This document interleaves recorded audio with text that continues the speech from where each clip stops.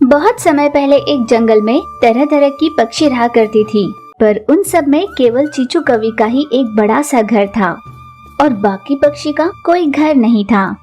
एक दिन चीचू कवि, कितना सुंदर बंगला है मेरा, किसी इंद्र भवन से कम नहीं, और इतना भव्य बंगला तो इस जंगल में और किसी का नहीं।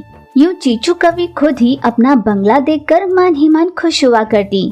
फिर उसी समय वहाँ टूनी चिड़िया आई। चीचू, कैसी हो तुम? हाँ, मैं बहुत बढ़िया हूँ। आज जंगल की सभी पक्षी ने मिलकर एक पार्टी करने की सोची है। तुम भी वहाँ आओगी तो हमें बहुत अच्छा लगेगा। क्या कहा? पार्टी? पर तुम सबके पास तो घर नहीं, फिर पार्टी कहाँ करने वाले हो? हाँ, ये सच है कि हम में से किसी का कोई घर नहीं, पर हम झाड़ियों के बीच में ही एक स्टेज लगाने वाले हैं। उसी पर हर तरह के खेल कूद करने की सोची है। क्या हुआ चीचू, क्यों हंस रही हो? रहने के लिए जिसके पास घर नहीं, उन्हें खेल कूद की जरूरत भी है। क्या खुशियाँ वही मना सकते हैं जिनका घर हो? हाँ, और नहीं तो क्या, जिसके पास घर है वही खुशियाँ मना सकता है। वैसे भी तुम जैसे गरीबों के मुझे मुंह नहीं लगना। चीचू कवि ने टूनी चिड़िया का अपमान कर उसे भेज दिया। चीचू कवि से अपमानित होकर टूनी चिड़िया रोती रोती वापस लौटी। क्या हुआ टूनी, तुम रो क्यों रही हो? पार्टी के लिए न्योता देने मैं सभी पक्षी के पास गई और चीचू कवि के पास भी, पर चीचू कवि ने ये कहकर कि तुम बहुत गरीब हो, तुम्हारे पास रहने के लिए घर भी नहीं, बहुत अपमानित किया। तुम अच्छे से जानती हो ना कि चीचू कवि को अपने अमीरी का कितना घमंड है। तुम्हें ऐसे पक्षी के कहे का बुरा नहीं मानना चाहिए। ठीक है लूसी, अब चलो हम दोनों स्टेज की तैयारी करते हैं। लूसी कबूतर ने समझाकर टूनी का दिल बहलाया। फिर सभी पक्षी ने मिलकर स्टेज बनाकर तैयारियां कर ली। तब छोटू तोती बोली, हम सब का बनाया स्टेज कितना सुंदर लग रहा है। हाँ, बिल्कुल सही कहा। अब हम खेल प्रतियोगिताओं की शुरुआत करते हैं। यूं वे सभी इकट्ठे होकर खेल की शुरुआत करने ही वाले थे कि अचानक मौसम बदला, बरसात होनी शुरू हो गई। अरे ये क्या, अचानक से बरसात कैसे शुरू हो गई? हाँ, अब हमारी पार्टी तो नहीं हो पाएगी। कितनी मेहनत से हमने स्टेज सजाया था।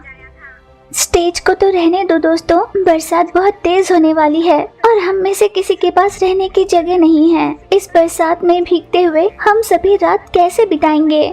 अब हम सब कैसे रह पाएंगे? यूं वे सभी बरसात में भीगते हुए थर थर कांपते हुए वैसे ही खड़े रहे।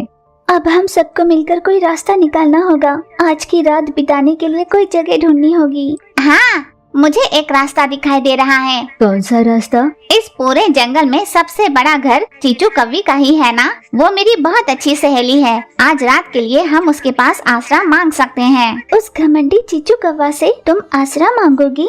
आज सुबह मैं उसे न्योता देने उसके घर पर गई थी तो पता है उसने मेरा कितना अपमान किया। हाँ, बेचारी टूनी चिड़िया ने मुझे सब बताया। तुम चिंता मत करो दोस्तों, वो मेरी बात नहीं टालेगी। मेरी दोस्त है, चलो मेरे साथ। छोटू तोती के कहने पर लूसी कबूतर, टूनी चिड़िया और बाकी कुछ पक्षी चीचू कवि से मदद मांगने गए। चीचू, चीचू, दरवाजा खोलो चीचू। कौन है दरवाजे पर? मैं हूँ चीचू, छोटू। तुम सभी इकट्ठे यहाँ पर क्यों आए हो? हमें मदद की जरूरत है। क्या हुआ, आज तुम सबकी पार्टी थी ना? तुम्हारे लटके चेहरे देखकर लगता है जैसे पार्टी रुक गई है। हाँ दोस्त, बरसात की वजह से हमारी पार्टी थम गई। मैं तो पहले ही जानती थी कि ऐसा कुछ होगा। वैसे भी तुम जैसे गरीबों को पार्टी की क्या जरूरत। वो सब छोड़ो चीचू, इस बरसात में हम बाहर नहीं ठहर पा रहे हैं। तो मुझसे क्या चाहते हो?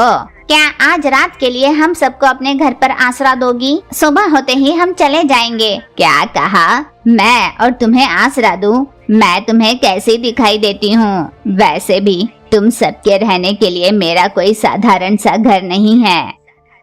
ऐसा मत कहो चीचू, आज रात तुम्हें, पर तुम्हारे ये सारे दोस्त यहाँ नहीं रहेंगे। तुम मेरी दोस्त हो, इसलिए मैं तुम्हें ये अवसर दे सकती हूँ।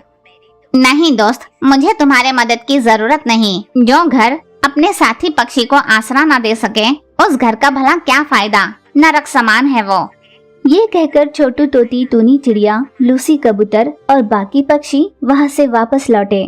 सभी पक्षी ने बरसात में भीगकर आंसू बहाकर ही रात काटी।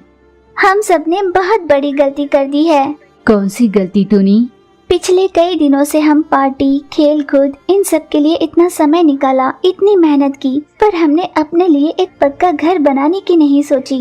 अगर हमारा भी कोई घर होता तो हमें इतनी दिक्कत न होती। मुझे लगता है अपने लिए हमें खुद का एक घर बना लेना चाहिए, फिर चाहे जैसी भी मुसीबत आए हम उसका सामना कर पाएंगे। हम सब मिलकर अपने लिए एक अच्छा सा घर बना लेंगे।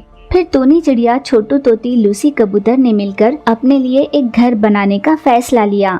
लूसी, हम घर बनाने के लिए लगने वाला सारा सामान इकट्ठा कर ले आते हैं। ठीक है लूसी, चलो। फिर लूसी कबूतर और टूनी चिड़िया घर बनाने में लगने वाला सारा सामान इकट्ठा कर लाने लगे। ये लकड़ियाँ और पत्थर चुन चुन कर लाने में बहुत समय लग गया। अब जाकर सूखे पत्तों को ढूंढ कर लाना होगा। दोस्तों, अब तुम दोनों बैठ जाओ, मैं जाकर सूखे पत्ते लेकर आती हूँ। ठीक है छोटू, तुम जाकर आओ। फिर छोटू तोती गई और सूखे पत्तों को इकट्ठा कर ले आई। अब तो हमने घर बनाने में लगने वाला सारा सामान इकट्ठा किया है। अब बस उतनी ही मेहनत लगाकर हमें खुद के लिए घर बना लेना चाहिए। फिर उस दिन से टूनी चिड़िया, लूसी कबूतर और छोटू तोती ने खूब मेहनत की और अपने लिए आखिरकार एक सुंदर सा घर बना लिया। अपना घर कितना सुंदर बना है। ये सुंदर तो है ही और साथ में बहुत मजबूत भी। अब चाहे जितनी भी तेज बरसात हो या कड़ी धूप निकले, हम इस घर में सुरक्षित रहेंगे। इस तरह तीनों दोस्त अपना घर देखकर मन ही मन हर्षित हो रहे थे। पर चीचू कवि को उनका घर देख, इन गरीबों का घर तो मेरे घर से भी बहुत आलीशान बना है। मुझे किसी भी तरह इनके घर को बर्बाद करना ही होगा। इस घर को अभी आग लगा देती हूँ, सारा घर जलकर राख हो जाएगा। जब चीचू कवि ऐसा करने जा रही थी, तब छोटू तोती ने देख, रुक जाओ चीचू, तुम ऐसा हरगिज नहीं कर सकती। हम तीनों की मेहनत से बनाए इस घर को तुम जलाना चाहती हो। टोनी, लूसी, जल्दी आ जाओ। क्या हुआ छोटू? चीचू कवि अपना घर जलाकर राख करना चाहती है। क्या कहा? सच? हाँ, चलो अभी उसकी अकल ठिकाने लाते हैं। उन तीनों दोस्तों ने मिलकर चीचू कौवा की खूब पिटाई की, जिससे वो घबराकर वहाँ से फुर्र हो गई। अब बिना किसी तकलीफ के सभी पक्षी साथ में ही उस घर में रहने लगे।